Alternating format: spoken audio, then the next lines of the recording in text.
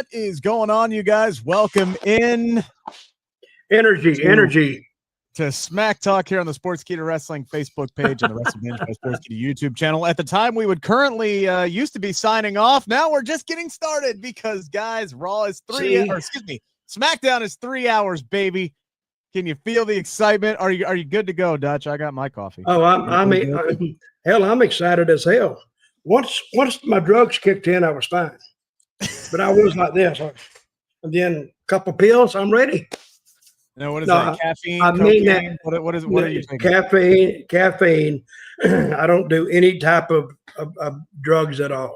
You lying sack of Sid. What did you think of? What did you think of the overall tonight? 3 hours, right? So the interesting part for me for SmackDown tonight was how they filled the 3 hours, because this is a roster that was built for two.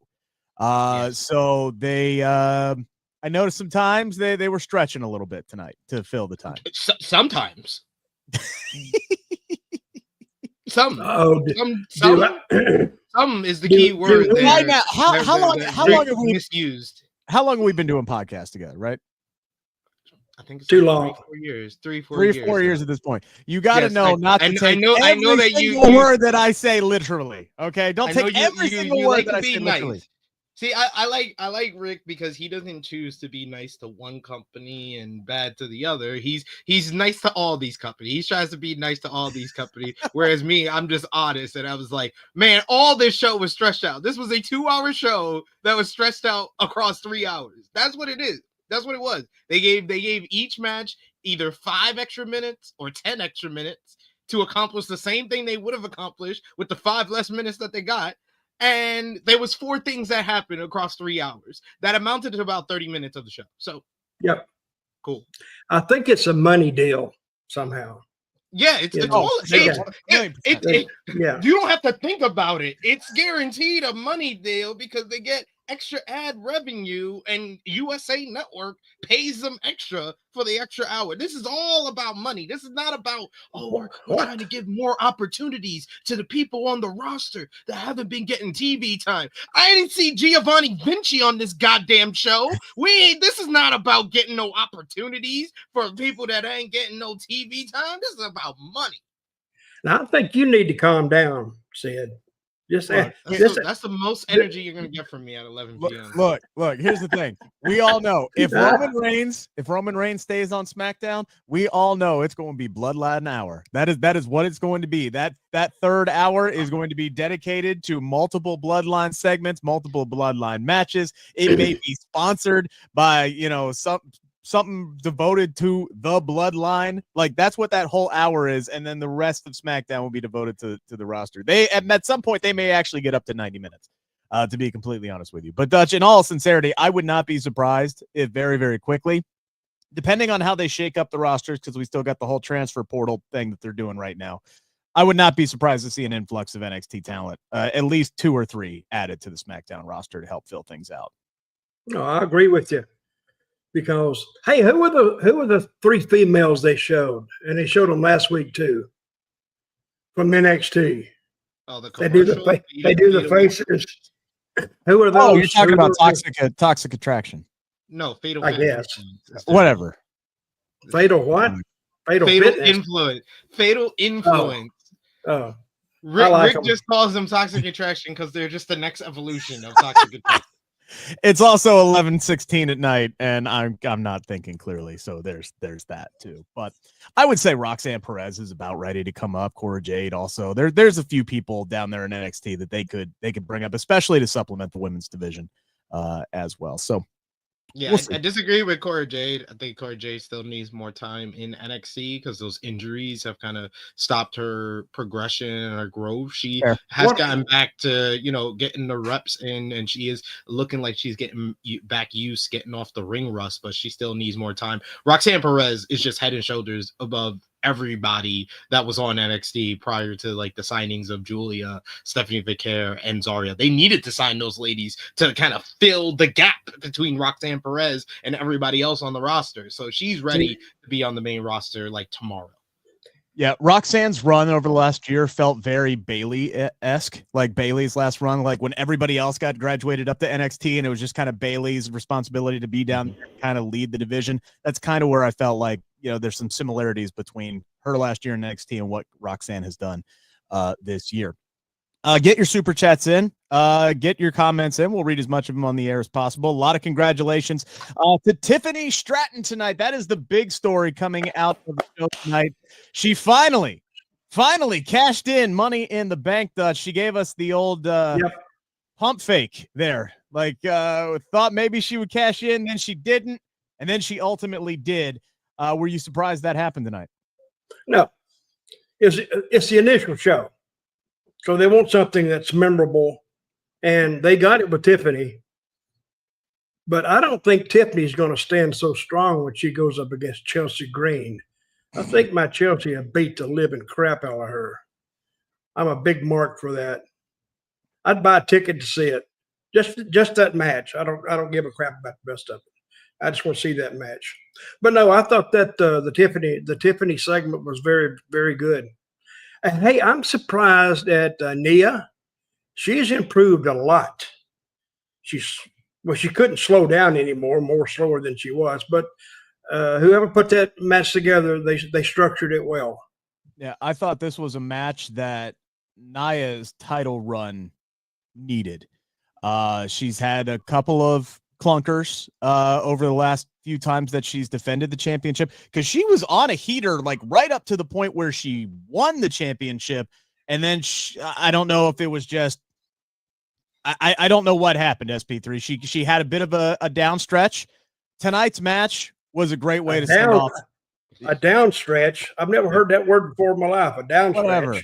It's 11:19 now at night. I say shit that may not actually be words. All right. So just a lull. All right. She hit a little bit of a lull in her. She hit a wall. She hit a goddamn wall. Let's stop trying to sugarcoat it. Yeah, I think she did great tonight. I thought her. I think you're messing up all your words because you're trying to sugarcoat the stuff too. It's too late. You're too tired to be sugarcoating stuff, Rick. But no, she hit a goddamn wall. She's been by far the worst wrestler, regardless of gender, in WWE over the last couple of months, and that's putting it nicely. Yes, that's putting it nicely. Tonight was much needed, and her and Naomi have excellent chemistry together. Yeah. They had a really good matchup the last time they faced for the WWE Women's Championship, and tonight was even better. The crowd was involved in it. I thought they went out there and they had a great match. Naomi really proved that she could step up in those moments, and she always does this. She always steps up in these big moments. I remember the match that she had with Charlotte Flair a couple of years ago on SmackDown that really got people talking about her and her skills. So I think that she really showcased herself very well here. Nia needed this at the end of her reign to be like, hey, I started off the reign well and I ended the reign well. So let's forget about the middle part of all of that. And dude, a month from now, everybody will forget about the middle part of it. I've already forgot about it. By the end of the day, I can't forget those steel chair shots, but that's just me. But Tiffany Stratton, she deserved this moment. She's been working hard for this moment. She looked great tonight. She did look great. She came across as a very smart kind of baby face instead of it feeling like a heel cashing in on a heel. She was just a smart baby face. She's been faking these freaking cash-ins for so long. I won't front on y'all. It was very convoluted how we got here, because I went from, okay, this is lame as hell, we're doing another fake cash-in to her then finally cashing, doing the cash-in. But then everything that she did between figuring out that she was going to cash in and then everything in between, I was just like, yeah, there's a lot of this doesn't make sense. Candice LeRae, you just got kicked in the stomach. Why are you down for 4 or 5 minutes? Bianca Belair, why are you doing the bidding for Tiffany Stratton? You can say, oh, she didn't know, but still, she did the bidding for Tiffany Stratton. Well, she did that because Nia chucked her into the ring steps. She got tossed aside. She got tossed aside for her help. So I think that it kept Bianca involved in the story, and I think she'll be involved in the story moving forward, because I don't think this was a full babyface turn for Tiffany Stratton. But it was convoluted. But hey, it got a big pop. The crowd in Phoenix enjoyed it, so it worked.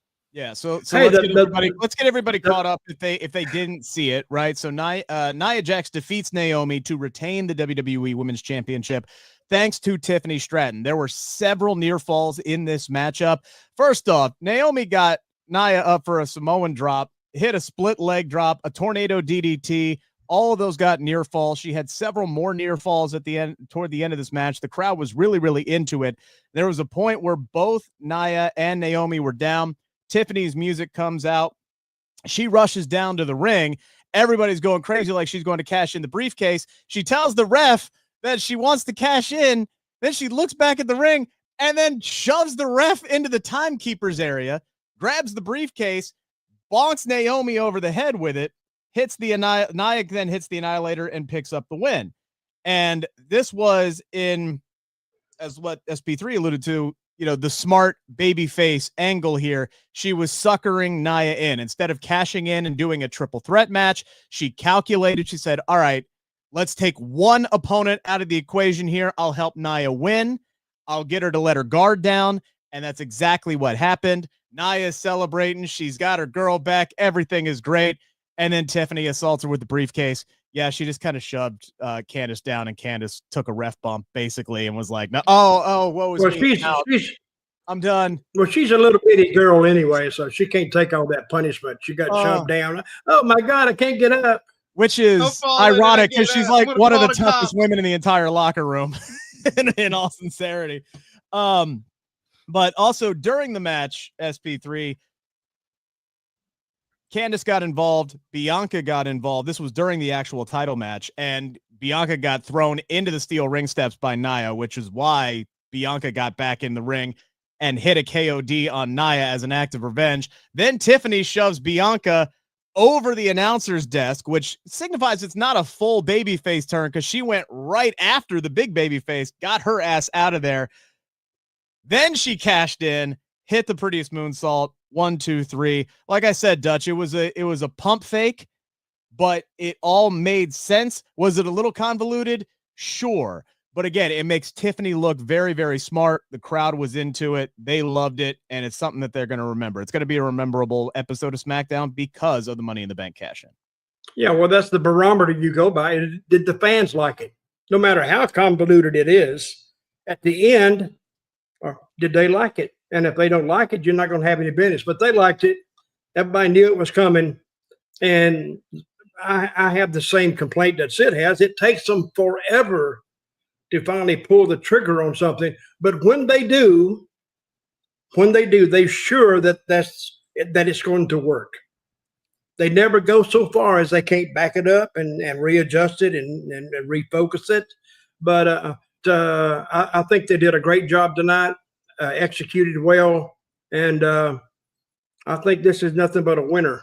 I have to give this an A tonight, and I never give the girls an A. SP3, I think and this is something that they haven't done a whole lot of, right? We haven't seen an extended Miss Money in the Bank for a while, since Carmella, really. Like, even last year, Io Sky only had the briefcase for a month before she cashed in. So I'm trying to remember. I know Carmella had it for like 280 some odd days, whatever it was. She actually is the longest reigning Miss or Mr. Money in the Bank as far as days with the briefcase is concerned before she cashed in. Were there a lot of teases as far as hers are concerned? Was there as well? Okay. They only know how to book a long women's Money in the Bank winner as multiple teases that doesn't make them look very bright as a character. That's why I noted that tonight Tiffany looked like a smart character, because the rest of this whole Money in the Bank run, she did not. She did not at all. You could tell me how many times you want. Oh, she's faking cashing in to help Nia. You could tell me that as many times as you want. After the third time, now you're stupid. After War Games. She did it like 9 different times throughout the couple of months. And it was only a couple of months. It was only like 6 months. But we had like 12. We had like 2 per month. Less would have been more. Less would have been a lot more than this. 3 teases. The big question, though, did it work?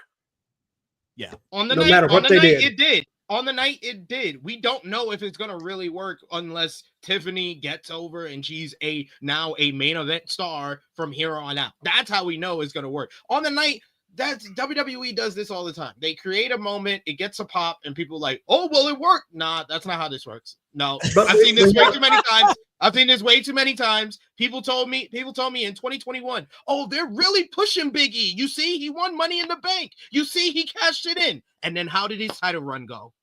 Yeah, they really pushed Big E. Exactly. Yeah. Exactly. Like, no, what, a month later, he lost to Roman Reigns. I have too much PTSD. I've been watching this freaking wrestling for 3 decades. I have PTSD. I think you do have that. I seriously think you do have that. I don't think you can think ahead for thinking backwards. So we got hang on, where'd it go? We got Lynn in the chat asking, when is Charlotte going to return? Imminently. That's what I can say. That's what all the reports. I like that word. What's that mean? Pretty soon, imminently. Yeah, I thought it was going to be tonight. Personally, like I was pre-writing the news article for SI. Like she's coming back tonight. I thought that was going to be the big moment tonight. You were pre-writing. Oh yeah, I had it ready to go. But brother, I would have told you. I would have been a good friend and told you you don't have to. You can quit. You can stop. You can stop writing. So it's not gonna happen tonight. Literally, much of this show was written today at 6 p.m. 6 p.m. Eastern. They are not going to call up Charlotte Flair for a show that they obviously were like, oh, damn, we got our first. Well, I mean, they did some We've been focused on Netflix this whole time. Not rewrote the whole show, although it did give me some PTSD from the old Vince McMahon days where I'm like, I read that and I'm like, oh, God, they tore up the whole script. The entire show is fucked. Like, that's immediately where my mind went. But, yeah, that is kind of much of this show did not get announced until, what, like yesterday, today? There were 2 matches that were announced ahead of time. The women's title match and the match between Shinsuke and Andrade. And then if they'd announced the rest of it, that would have got people not to watch. So just announce your main stuff and go. Yeah, it wasn't until like noon that it came out that the 6-man tag match was going to be on. And then Nick Aldis made the announcement about the tag team match around that 5-6 o'clock time frame when the rewrites were reportedly going, and a lot of the rewrites were centered around, according to WrestleVotes, a title change, and they had to, and I'm willing to bet they added that tag team title match so they could kind of throw some people off to go, okay, well, which one is it gonna be? When the tag team title match started at 9:20, I'm like, it ain't gonna be this one. I guarantee that. So I digress, but let's hop in on the rest of the card. Let's start the show so we can knock the hell out of it. Yes. Well, we just talked about the big thing antsy here. I mean, what's the purpose of the show if you just can't knock the crap out of it? I mean, well, I mean that's what you get paid to do, is knock the crap out of things. All right, another shot of caffeine there. Okay, Cody Rhodes kicks off the show tonight, dressed in his finest blue plaid 3-piece suit, the undisputed WWE Championship draped over his shoulder.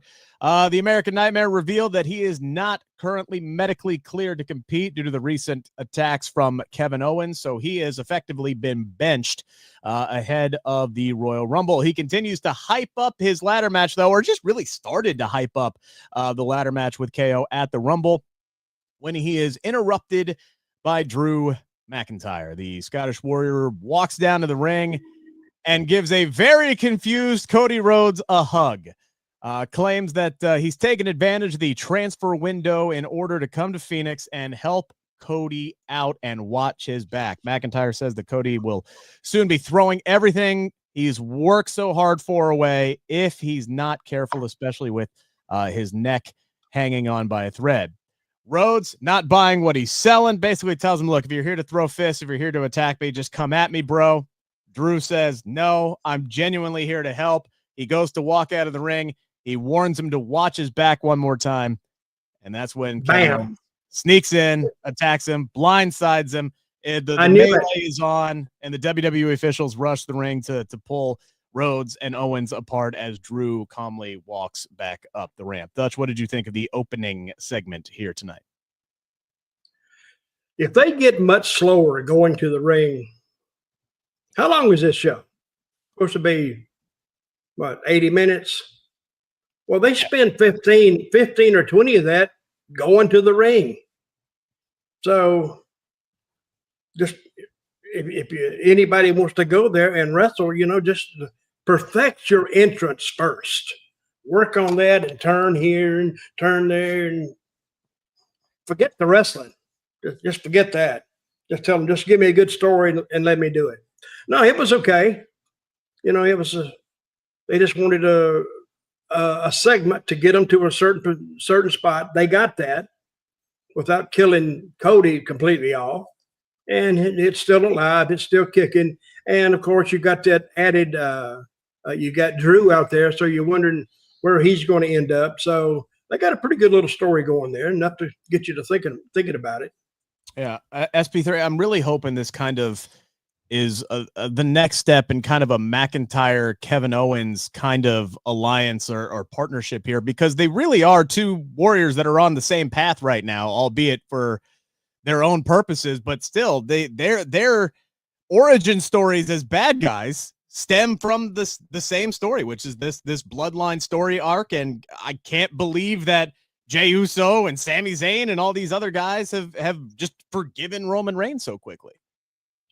Yeah, it would make sense for them to align with each other, for them to align with Seth Rollins, because they're kind of all the people that have been persecuted or wrongfully persecuted by the bloodline and by the fans for being against the bloodline. So that would make a lot of sense. I thought that the opening segment, it was solid stuff. I think that Drew McIntyre just knows his character so well that he can't have anything other than an entertaining segment when he's out there, and him interacting with Cody Rhodes after the two guys being on different shows for a while was a nice little kind of fresh segment for us to do on this show, and then KO coming out to continue that rivalry. I like it in a vacuum, but outside of a vacuum, this was probably the least interesting thing to do with these three characters. I think that we could have came up with something a little bit more creative, a little bit more memorable. Because if you think about this show, this is like a paint by the numbers segment. If I'd said, hey, Cody Rhodes and Drew McIntyre and Kevin Owens were in a segment, what do you think happened? I think Drew tried to manipulate Cody and KO brawled. Yep, you're right. Yep. That's what I would have said. I will say this. Drew was true to his word. He did not lie to Cody Rhodes. Drew McIntyre does not tell a lie. He said, look, I'm here to help you. Watch your back. Did Cody Rhodes listen? Nope. No. Sure as hell didn't. What happened? He got attacked from behind. Stubborn son of a bitch. Shinsuke Nakamura defeated when is Cody released to wrestle? On the Rumble? That's the sense I got. The Rumble, yeah. That's the sense. We did get a segment with him and Nick Aldis later in the show where Aldis was like, you're not supposed to be medically clear, but you keep trying to fight. I gave you the match at the Rumble, so why are you trying to fight? And he's like, it's on site. Anytime I see Kevin Owens, someone that looks like Kevin Owens, it's on site. So Dutch, don't walk around WWE with that beard. All right, don't do it. Cody might see the beard and just have a flashback or something. Oh yeah. Mm-hmm. How long after his in-ring segment with Kevin did he talk to Aldis? Like an hour later. That was right before the women's championship match. So an hour. So he had like an hour and a half. Yeah. He was out of his suit and everything. I said, wow. If you think about it, he can't wait to get out there. Yeah, the fight. He had to change out of the suit and put on the track pants. That's pretty much what happened. Okay, he's gonna have to start bringing a backup suit if he's gonna keep getting jumped. Shinsuke Nakamura defeated Andrade in our opening matchup tonight. Andrade utilizing his patented double moonsault and the back elbow to score a couple of close 2 counts. However, as he attempted to hit a superplex on Nakamura, I really like this spot, Dutch. The U.S. champ slipped out and kind of gave Andrade a modified DDT on top of the ring post. And Andrade that was great. Out on his feet. I'd never seen that before. Yeah, out on his feet. Nakamura puts him in the middle of the ring. Takes his time, hits him with Kinshasa. If he kicks out of this, I would go down where they do Raw Next or SmackDown. I'm gonna slap the whole creative team. if he had kicked out of that. I said, my God, can't you beat? But anyway, very well done. Yeah. And it took them where they wanted to go, and didn't take them all day, and it was good. Yeah, it was first off, SP3. Oh, wait a minute. Did I put that over? That sucked. That's lame as hell. I love Michael Cole. I love Michael Cole putting over the history between both competitors outside of the company during the matchup. Help tell the story, tell that there is actually a rivalry here outside of the last 2 weeks, right? These two are familiar with one another. But I also like that there was an innovative way to basically give us the same finish that we got when Nakamura won the United States Championship. He utilized the double ring at Survivor Series War Games to knock LA Knight unconscious, and then took his sweet time to hit the Kinshasa. Did the same thing here tonight, but had to be a little bit more creative to get there. Yeah. It's Nakamura using his surroundings to his advantage, which is being viewed as a heel act, but he's basically beating these guys clean. He's just being smarter about it. So I like it. I like how they subverted my expectations, because once he takes off the pad off of the turnbuckle, I'm like, oh well, that's the red herring. That's gonna be the thing that leads to the finish. And then they went to the other corner and did the spot. So I like that. I thought this match was a lot better than I expected it to be. I thought their last match was pretty forgettable, and this one I'll probably forget, but it was good. Yeah, good finish. Wait a minute, I've even forgotten who was in the match. Who talking about forgetting the finish? I forgot who was in it. So, but it was good. I remember that. I remember my feelings overall that it's pretty good. Post match, we had LA Knight make a beeline down to the ring. He was ready for a fight. Attempted to hit the BFT. Nakamura dips out, runs from the ring. Knight grabbed the mic, promised one way or another he was going to stomp out Nakamura, get his title back.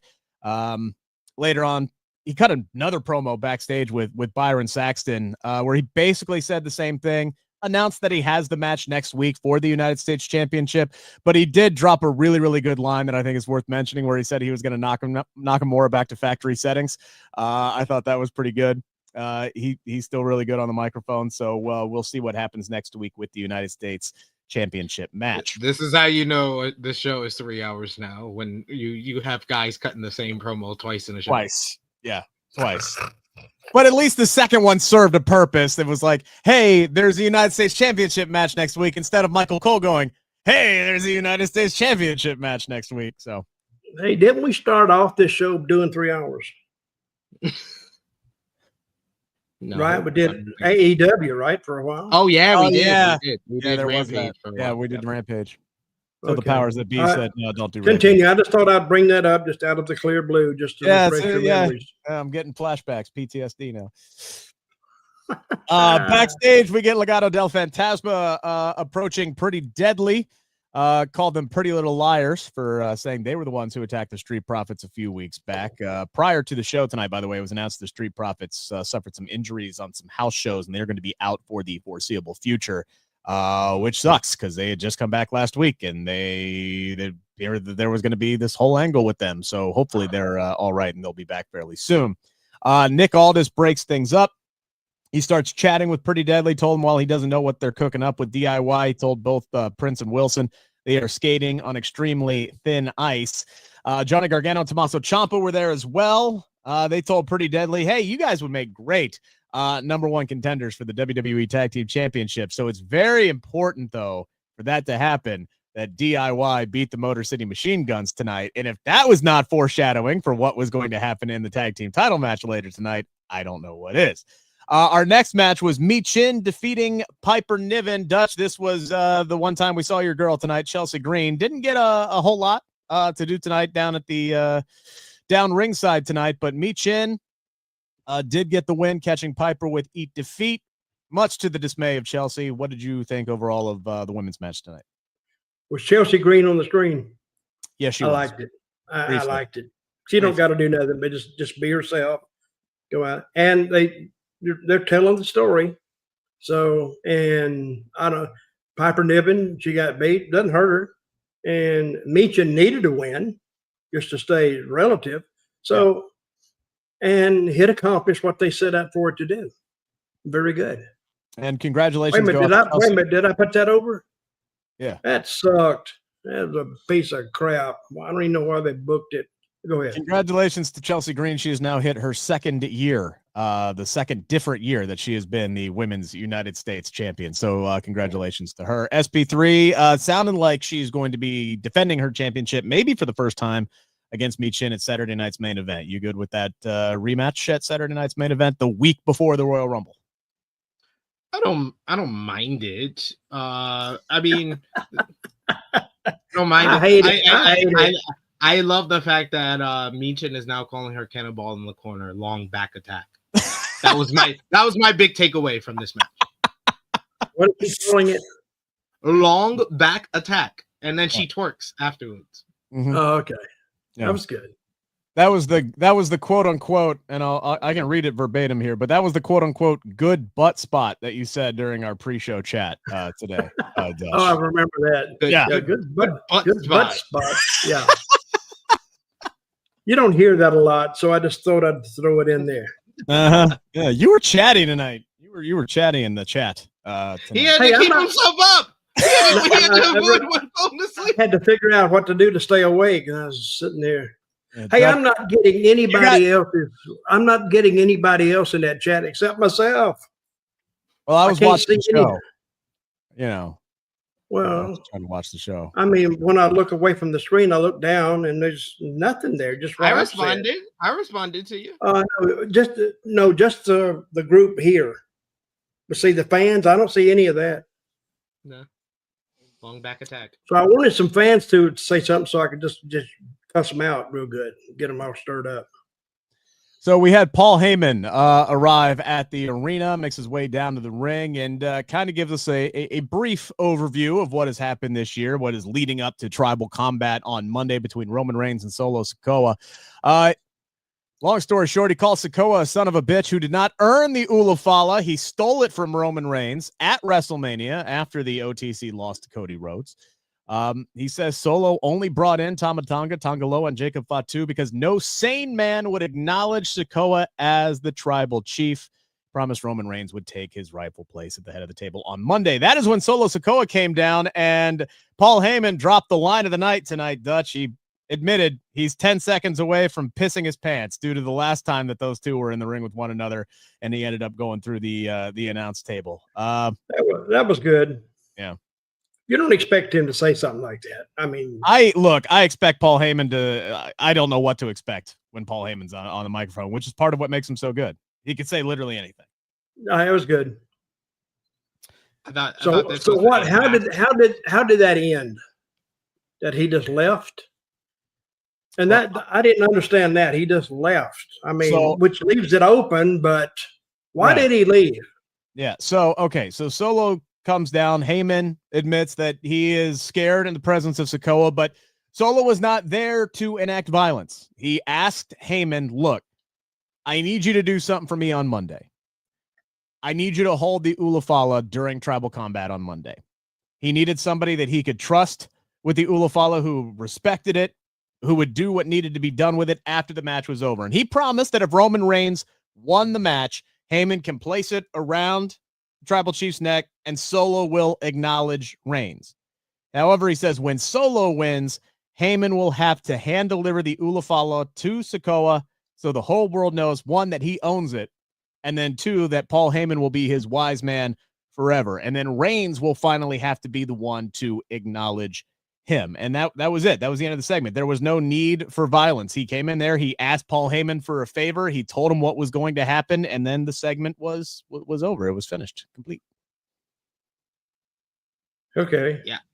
I thought the Heyman part of this was an absolute masterclass. Paul Heyman really kind of laying out the groundwork for the whole entire storyline going into Monday for Tribal Combat and the rivalry between Solo Sikoa and Roman Reigns. If you were a new viewer or casual viewer of the show, you were watching it for the first time, you got all the facts that you needed to know and some facts that we didn't know beforehand. We didn't know that Solo just grabbed the Ulafala out of Roman's bag as he took a shower after WrestleMania. That's great. That was a great line. I thought that was the best line of this whole thing. Well, for all this time, we wondered where the hell he got it. Even Paul Heyman, when he pulled it out, like he had that shocked look on his face, like he had just saw somebody get hit by a city bus, right? Like, where the hell did you get that? So obviously Paul did a little digging and found out, or at least he deduced that's where that happened. He made it up. So. Of course he did, but still, hey, at least it's canon now. It's canon now. That's exactly when it happened. We had DIY and the Motor City Machine Guns wrestle to a no contest. Who saw this one coming? Raise your hands. Who saw this one coming? Look, these four guys have incredible chemistry with one another. I thought they were having a good one. And that was until Pretty Deadly came down to the ring. And then Los Garza came down to the ring. And those four guys started brawling on the outside. Now, Shelley and Sabin took advantage of that. They had Gargano and Ciampa locked in separate submissions, so it looked SP3 like they were about to win the tag titles, the same way that DIY twice have won tag titles in WWE with the double submission, but then Pretty Deadly and the Garzas fight into the ring and land in the middle of the ring, and there's a massive humanity, and the referee has to call for the bell. So kind of a lame finish to what was I thought was a really good tag team match. Yeah, it was a good match. Good match. It was shaping up to be that, and then the finish happened. And then the finish. Yeah. That ruined it all. If there's one thing, though. But you're right, though. I mean, you can only do that finish so many times before you're saying, okay, what's new? What's new? Not really creative. It was a way to get out of it, is all I can say. But I'm kind of, I'm not a fan of either team. But I'm starting to become a fan of DIY and of the other Alex Shelley and Sabin. So I'm starting now. They're beginning to tell the story. Now I'm kind of getting into it, and at least I have a little bit of interest in it. Yeah. But they started it, tell a story, and advance it from there, and we'll see where it goes. Yeah, it sucks that the Street Profits are not involved at the moment due to the aforementioned injury of both competitors. If it is legit, maybe they'll be back in a week or two, or I don't know. We'll see. But what are you saying? They might not. It might not be legit. It might be a work. Is that what you're saying? I'm saying yes. Sometimes wrestling's full of shit. That's what I'm saying.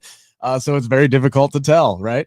But I like the fact that they're actually working Pretty Deadly into a story. That is one thing. They're getting them involved. Heck, they're also getting Los Garza involved, right? So they're involving more tag teams into the story, all surrounding the titles. But honestly, I know the finish tonight sucked, but if a 3-hour SmackDown means we're going to get longer tag team matches where Johnny and Ciampa and Motor City Machine Guns and the Street Profits can go out there and really kind of stretch their legs and put on these banger 15, maybe even 20-minute matches, cool. Sign me the hell up. I will consider that a positive for the sign me the hell out. I hate long matches on TV. I mean, how much well, you better get used to it. Give me the story. Give me the story, and you cut the match down. As long as the story stays intact, I'm okay. But for me, I just can't sit there and just watch a wrestling match go on and on and on and on. It gets a little boring. I agree. I agree with that. That not every match needs to be 2 to 3 segments on a television show. I did think that this one did, and I was let down by the finish because I thought the guys were having a really good matchup that could have been a great matchup, and it just wound up being good with a lame finish. Okay, let's say that I'll give you a question.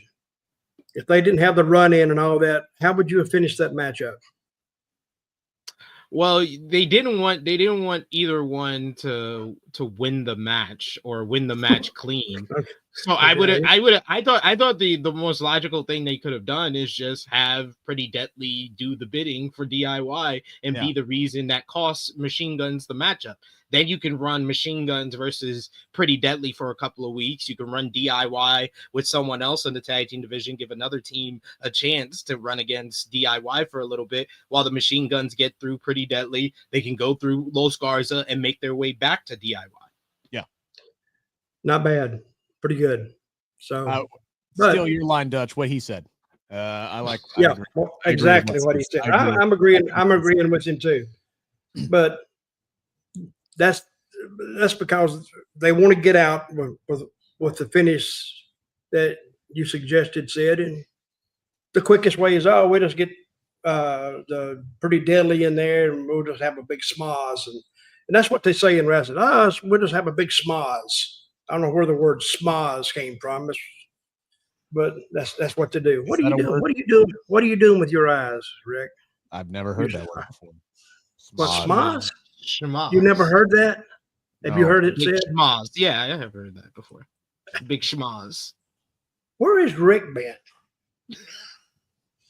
In Never Ohio. heard schmoz. Oh, well, that explains it then. hey, let me tell you what. Ohio State's got to be world national champions now. Nobody gonna beat them. Oh no, Ryan Dale fuck it up. He usually does. No, he won't screw this up. I don't think he can. I think the team is great. Well, if he was playing Michigan, he'd definitely find a way to screw it up. But luckily for him, he's not playing Michigan. Well, that's Michigan. We're going for the national title now, so he'll win this one. And people will still be pissed off at him that he couldn't beat Michigan. Well, he's look at him. How can you like him just by looking at him? You want to slap him anyway. All right. And Well, trying to talk. You want to go up and just open hand slap the hell out of him.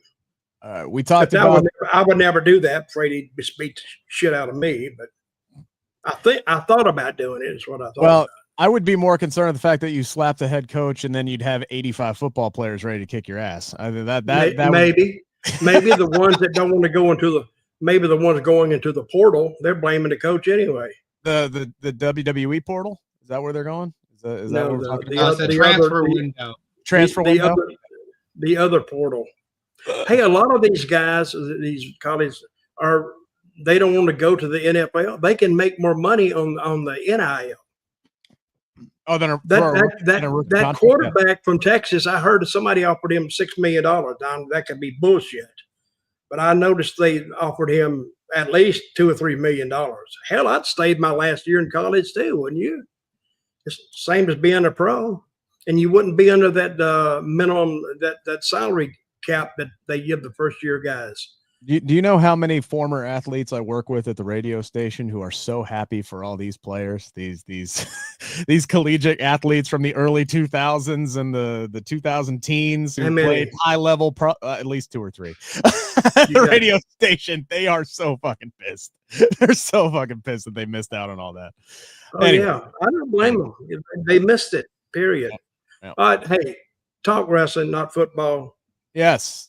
Sorry, Dutch. Only other thing that happened was the Bloodline versus the Bloodline in the main event. Thanks, guys, for watching SmackDown.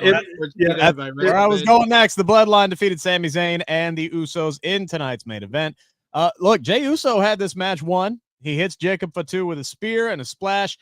Did not realize that Solo Sikoa had tagged himself into the match, though. So as Jey went for the dramatic cover. Where what is that flash dance where she like tilts her head back and the water comes down? He did the flash dance cover, opened his neck up for the Samoan spike, and Solo pins him. He's like, thumb me in the throat, little brother. Thumb me in the throat. Here it is. It's right there for you. Just take the shot. Yeah. How many Samoans on the show tonight? All of them. There were 6 at except for Roman. 5 in this matchup. 5 in that. Yeah, that's a lot. And then there's Naya, 6. Yeah, and then the honorary Sami Zayn. And then the other honorary Naomi. Yeah. So all of them except for Roman and The Rock. Yeah. Okay. But Dutch, what'd you think of the main event? It did what they intended it for it to do. They just wanted to get in, and they like to advertise it because it sounds like a main event match, and they wanted to get out of it without hurting anybody, and they accomplished all those things. Would you have main evented the show with this tonight, or main evented with the? I'd have main evented the show with myself. I'd go me and you and Sid. That's what I'd do, and I tell you, we probably hit 2.4 million viewers. It was the only choice to main event this show to me, because Solo and the Bloodline, that's the centerpiece program right now, and that was a good way for them to end with the show and have a natural segue into promoting Monday's show, which Roman and Solo is such a big part of. Jacob Fatu's promo was awesome. was Hilarious. awesome. By the way. Yes. It was awesome. I love you Solo. It's getting over with the fans too. Yes, it is. You just love to see it. You just love to see it. But yeah, this match was pretty much a paint by the numbers. It was a fun trios matchup. Everybody got involved. Everybody got a bit of spotlight. Even a Jimmy Uso loved commentary covering for him with that bad Uso splash that he did, and they just said, "Oh no, it's because of the injury. That's why it looked bad." I like that. I like that. I honestly forgot he had a broken toe until they mentioned something. So hey, good on commentary. That's their job. That's their damn job. Cover and tell the story, and it worked. I do agree with you too as well, because, and I got to bring up a point that you made in the chat, SP3, because I thought it was a very good point. The fact that they did the women's title match at 10 o'clock and had it carry over for the audience that may be tuning in to see what the main event segment was, maybe some holdovers who forgot that it was 3 hours, was able to get that peak moment there and then remind folks, oh, hey, we still got, 55 minutes or whatever it was by the time that Tiffany had cashed in. So I thought that was very, very smart. Now, before we went on the air tonight, by the way, there was some breaking news. It's the last thing I want to ask you guys about. Not officially official, but multiple outlets are now reporting it. The Royal Rumble 2026 is apparently heading to Riyadh, Saudi Arabia. Dutch, your reaction? Too far in the future for me. I was going to say that's a future Rick problem. Honestly. Oh, yeah. Hell, I may not even be here. I don't know. Yeah. Talking about where it's going to be in 2026. Well, I do too, but this is their first pay. They've done pay-per-views before from Saudi Arabia, right? They have, but this would be the first foray into the first five, right? And this is like, I think this is the first big step to making that WrestleMania Saudi Arabia an actual reality at some point down the line. It sucks. I'm gonna like I said, 2026. Ages from now. By the time that weekend rolls around, I'm going to be pissed that I'm not there, because I genuinely enjoy going to the Royal Rumble. It's one of the 4 big events I make sure I go to every year. My happy ass. Why can't you go? I ain't going to Saudi Arabia. You kidding me? Hell no. I ain't hopping on that flight. I don't even have a passport. Wait a minute. Is it the flight or just going to Saudi Arabia? It's the flight. I ain't going. How long is it? It's like 15 hours. How much? Like 15 hours. That's nothing. I did South Africa. I would take that to go to Japan. Would I take that to go to Saudi Arabia? No, because I don't want to go to Saudi Arabia. Correct. I wouldn't want to go either. But I went to South Africa. I would much rather drive 90 minutes west to go to Indianapolis. That's a great trip for me. I am for it, because I'm really into the idea of an afternoon Royal Rumble. That does sound good. Yeah, like it being over at like. Well, since y'all brought it up, I like. Since you two brought it up, I kind of like it myself. So you talked me into it. So it'll be interesting. Reportedly there's an official announcement expected on Monday night, so we shall see. SP3, what you got going on True Heel Heat this weekend? Check out the True Heel Heat flagship podcast on Sunday, not tomorrow. Sunday, we will be live at 11:05 a.m. Eastern time. Tomorrow, we got our awards video that's be dropping. We announced our award winners on last week's flagship podcast, but we got a separate video with all the award winners voted on by the fans of the True Heel Heat YouTube channel. That's dropping tomorrow. And then we'll be live at 11 p.m. Eastern time for our NJPW AEW Wrestle Dynasty watch party. So join us for that, and then join us on Sunday for the flagship podcast. Dutch, what you got going on? I'm trying to decipher what Sid said here. All those letters and all confused me. I got to write that crap down. No, if anybody wants to get a hold of me, Dirty Dutch Mantell with 2 L's at gmail.com. And I do another podcast. Wait a minute, I forgot that, didn't I? 2 L's. But I do another podcast on Sportskeeda. I mean, that's here, right? I do another. Yes. No, it's on you. We're on right now. No, it's this. It's what I'm doing. But it's on YouTube. I have now almost 126,000 subscribers. That's not bad. So But anyway, you can find me over there, Story Time with Dutch. And like if anybody needs to get a hold of me, Dirty Dutch Mantell with 2 L's at gmail.com. That's what I got going. You can follow me on X at Rick Ucchino. Like you see, it's spelled on the screen there. That's the one-stop shop for all of my work, especially over at Sports Illustrated. Dropped 2 interviews this week. One with Adam Copeland, ahead of Adam Cope. He's calling himself Cope. Rated R superstar Cope. Cope. You know what? Like, I gotta ask you guys because my friend Chase said this is a fact, so I just wanted to check with y'all. Y'all would know better than me. My friend Chase said that Cope is the white version of Unk. No, okay. I was just wondering. I never heard such a thing, so I don't know. I got nothing. What up, Big Cope? What up, Big Cope? Nope. Cope, Nope. Hope, Scope. Nope. I'm gonna have to do some research on that. Nope. I'm not Dope. I am not up to date on my white slang. That is for sure. No, never heard of that one. Anyway, dropped an interview with him this week ahead of Fight for the Fallen, and one I just dropped today with Harley Cameron. Had the chance to catch up with Harley her. Cameron. Harley Yes. Cameron. Yes. I don't know who she is. You should. She's She's Who is she? AEW's know version she of Chelsea Green. She is. Yes. Oh, I'd like her then. Yes. I've heard the name. I'm not She's familiar incredibly with her, though. entertaining, and had a chance to chat with her about her story from journalism student in small town Australia to cabaret dancer, singer, professional wrestler. It's quite a story.